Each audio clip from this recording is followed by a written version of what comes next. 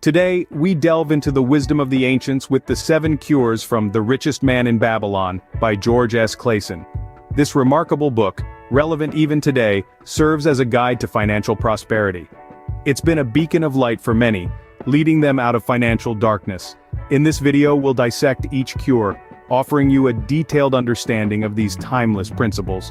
So, buckle up as we embark on this journey of ancient wisdom and financial prosperity.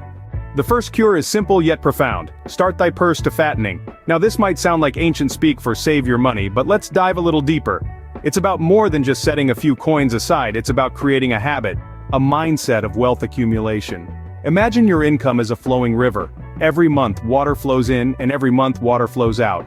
But what if you could create a reservoir, a place where a portion of that water could be stored? That's what fattening your purse is all about. It's about reserving at least a tenth of your river's flow, your income, to stay with you, to accumulate and grow. Let's put this into a real-world context. Suppose you earn $100. 10 of those dollars, right off the top, go into your reservoir, your savings. This isn't payment for bills or for that coffee you love, this is for you. It's your money, staying with you, working for you. This might seem like a small amount, but over time it adds up. And as it grows, it starts to work for you. It becomes a worker whose job it is to make you wealthier. Remember, the first step towards wealth is to start saving. No amount is too small. Next up, we have the second cure. Control thy expenditures. Now you might think that this is just about cutting back on those little indulgences, like that daily coffee shop run or those late-night online shopping sprees. And while yes, those things do add up, it's about more than just that. Control thy expenditures is about understanding where your money is going and making deliberate choices about what is truly necessary and what is not. It's about living within your means and not letting your desires dictate your financial decisions. It's about creating a budget and sticking to it no matter what. Let's look at an example. Take John, for instance. John makes a good salary, but every month he finds himself broke. Why? Because John loves to eat out at fancy restaurants and buy the latest gadgets. He does not control his expenditures. His money is controlling him. On the other hand, we have Jane. Jane also makes a good salary, but unlike John, Jane is careful with her money. She cooks at home, buys only what she needs, and saves the rest. She is in charge of her money, not the other way around. Jane is living the principle of controlling her expenditures. Controlling your expenditures does not mean living a life of deprivation. It means living a life of financial independence and freedom. It means having the power to decide where your money goes, instead of wondering where it went. So control your expenses and let your purse grow fatter. Moving on, our third cure is, make thy gold multiply. Now let's get into the nitty-gritty of this concept. It's all about investing. Investing is like planting a seed today and watching it grow into a mighty tree over time. Let's consider a simple example. Imagine having 100 apples. Instead of eating them all, you decide to plant some. With time and care, these seeds grow into apple trees, and now you have an orchard.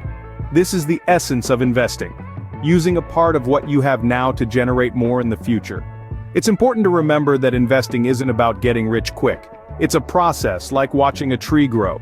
It requires patience, understanding, and sound judgment. The key is to invest wisely, in opportunities that are likely to grow and multiply your wealth. And just like that, you're not just saving your gold, but multiplying it. Invest wisely and watch your wealth multiply. The fourth cure advises to guard thy treasures from loss.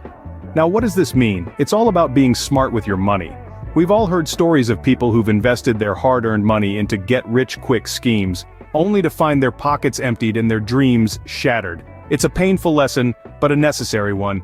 Here's the thing, your treasures, your money, your investments, they're just like a precious seed.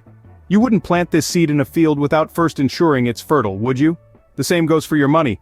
Don't invest in ventures you don't understand or in businesses run by people who aren't experienced. Do your research, consult with experts, be patient. Imagine you're an archer. Each investment is an arrow. You wouldn't let your arrow fly without first aiming, right? So, don't let your money go without first ensuring its safety. Be like the careful archer, not the reckless gambler. Be cautious and protect your treasure from loss. The fifth cure is to make of thy dwelling a profitable investment. Now this may sound a bit complex, but it's simpler than you think. The dwelling place you call home, that cozy corner where you retreat after a long day, can be much more than just a shelter. It can be a source of income, a profitable investment. You see, the concept is quite straightforward. Imagine your house is a goose. And this special goose has the ability to lay golden eggs. These golden eggs are the potential income you can generate from your property. No, we're not talking about turning your beloved abode into a poultry farm, but rather leveraging its value in creative ways. Take Airbnb, for instance. People around the world are making a tidy sum by renting out their homes or spare rooms to travelers. If you live in a popular tourist location or a bustling city, your home could be the next hotspot.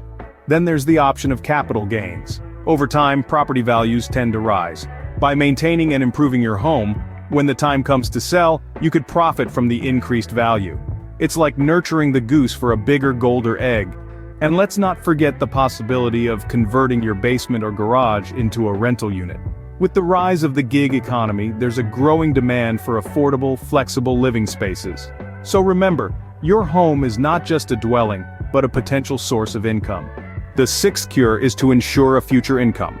Now let's talk about future-proofing your wealth. It's not just about making money, but also about ensuring that it continues to flow, even when you're not actively working. Consider the story of Luke and Mary. Luke, a hardworking man, spent his entire life earning, but never considered what would happen when he could no longer work. Mary, on the other hand, started investing early in her career, ensuring a steady income for her golden years. Fast forward to retirement and we find Luke struggling to make ends meet, while Mary enjoys a comfortable lifestyle, all thanks to her foresight and planning. This tale illustrates the importance of preparing for the future. Planning for retirement or any period of life when your income might reduce is not just prudent, but essential.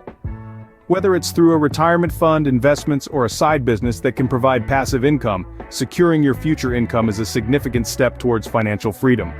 Think about it this way. Your current income is like a river, flowing and providing you with the resources you need. But what happens when the river dries up and there's no rain in sight? You'd wish you had a reservoir, wouldn't you? That's exactly what you're doing when you ensure a future income. You're building a reservoir for when the river dries up. So let's not be like Luke, who learned the hard way. Instead, let's be more like Mary, who understood the value of ensuring a future income. Plan today to enjoy a secure future income. Last but not least, the seventh cure is to increase thy ability to earn. Picture this, you're an athlete, a sprinter to be precise. You're fast, but you want to be the fastest. What do? You train, you learn, you push yourself to be better. That's exactly what we're talking about here. Just as the sprinter invests time in training to run faster, we need to invest time in learning new skills and knowledge to increase our earning potential. It's a simple equation, really. The more you learn, the more you earn. Let's take a real-world example. Ever heard of Bill Gates, the co-founder of Microsoft? Of course you have. He's one of the richest men in the world. But did you know that he's a lifelong learner? Even after establishing Microsoft, he kept on learning, kept on improving. He didn't just stop at programming. He learned about business, about leadership, about philanthropy. And it's his continuous thirst for knowledge that has played a key role in his success. Or consider Oprah Winfrey, a media mogul and philanthropist. She didn't just rest on her laurels after her talk show became a hit. She kept learning, kept growing, and as a result, she's been able to diversify her career and increase her earning potential. So, what's the moral of the story? Never stop learning. Always be curious. Embrace the power of knowledge and the doors it can open for you. Invest in yourself, increase your ability to earn, and watch your wealth grow. So there you have it, the 7 cures from the richest man in Babylon. Let's take a quick jog down memory lane. First, we started our purses to fattening by saving at least 1/10 of what we earn.